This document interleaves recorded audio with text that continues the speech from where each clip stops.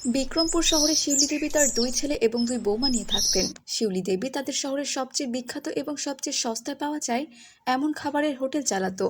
শিউলি দেবীর হোটেল এত জনপ্রিয় ছিল যে সেখানে ধনী গরিব সহ দূর দূরান্ত থেকে বিভিন্ন ধরনের মানুষেরা ছুটে আসতেন। কিন্তু একদিন রাতে হঠাৎই বার্ধক্যজনিত কারণে শিউলি দেবীর মৃত্যু হয়ে যায়। তার মৃত্যুর পরই তার দুই ছেলে বৌমার মধ্যে সমস্যার সৃষ্টি হয়। বলছিলাম যে মা তো চলেই গেলেন, কিন্তু আমাদের মধ্যে তো ভাগ বাটোয়ারা করে দিলেন না।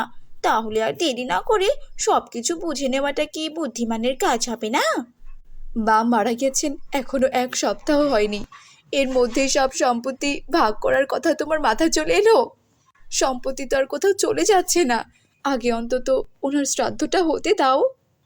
দিদি, বাড়িঘর সম্পত্তি পালিয়ে যায় না ঠিকই, কিন্তু সেই সম্পত্তির উপর থেকে কার অধিকার কখন চলে যায় তা কি বলা যায় নাকি? হ্যাঁ, তাই বলছিলাম যত দ্রুত সম্ভব ততই ভালো।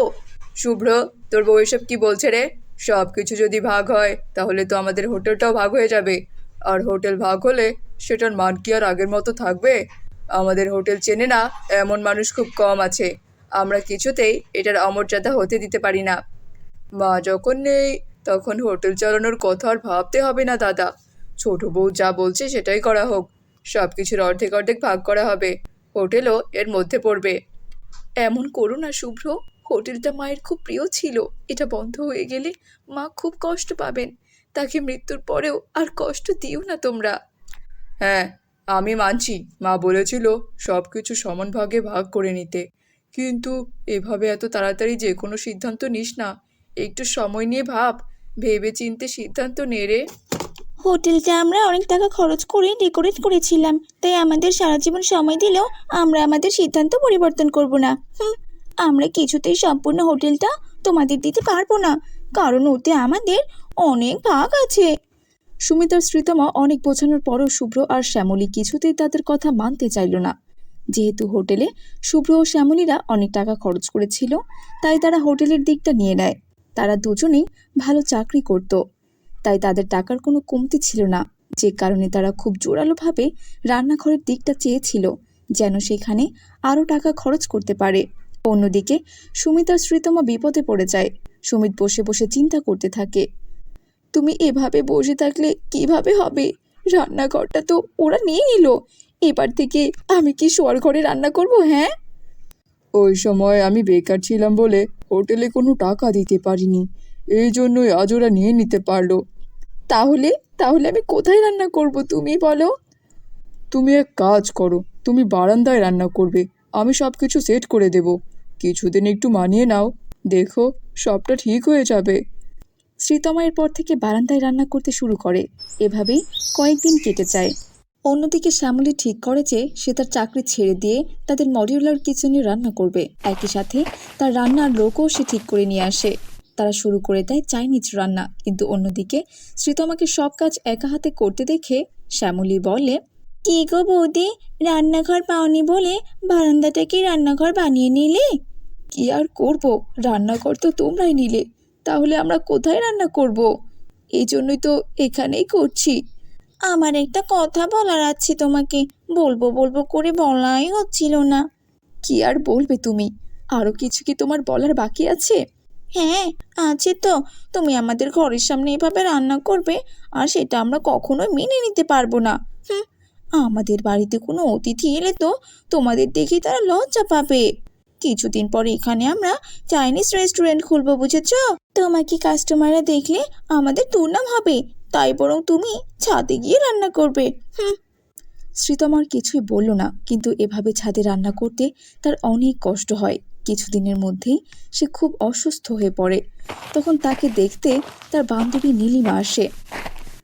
তোদের বাড়ি এসে শিউলি দেবীর হোটেল দেখবো, এটা তো আমি ভাবতেই পারছি না। সেখানে নাকি চাইনিজ রেস্টুরেন্ট হবে। ও মাই গড, ওরা এত নিচে নেমে গেছে! ওরা কিনা ওদের মায়ের শেষ স্মৃতিটুকু এভাবে নষ্ট করতে চাচ্ছে। কি আর করা যাবে, দেখছিসই তো আমার অবস্থা। ছাদে গরমে দুজনে রান্না করতেই আমার এই হাল হলো রে। সেখানে হোটেল কিভাবে সামলাবো? তাই আমরাও কিছু করতে পারছি না।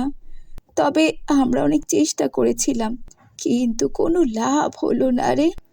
শোন, আমার কাছে একটা ভালো বুদ্ধি আছে, তুই চেষ্টা করে দেখতে পারিস। বল না রে, কি বুদ্ধি? তুই নিজের হাতে রান্না না করে মেশিন কিনে নে, তারপর রান্না করে গ্রাহকদের সার্ভিস দে। দেখ, তোর শাশুড়ির কিন্তু অনেক কাস্টমার ছিল, তুই যদি তাদেরকে তোর কাস্টমার বানাতে পারিস তাহলে কিন্তু খুবই লাভ হবে।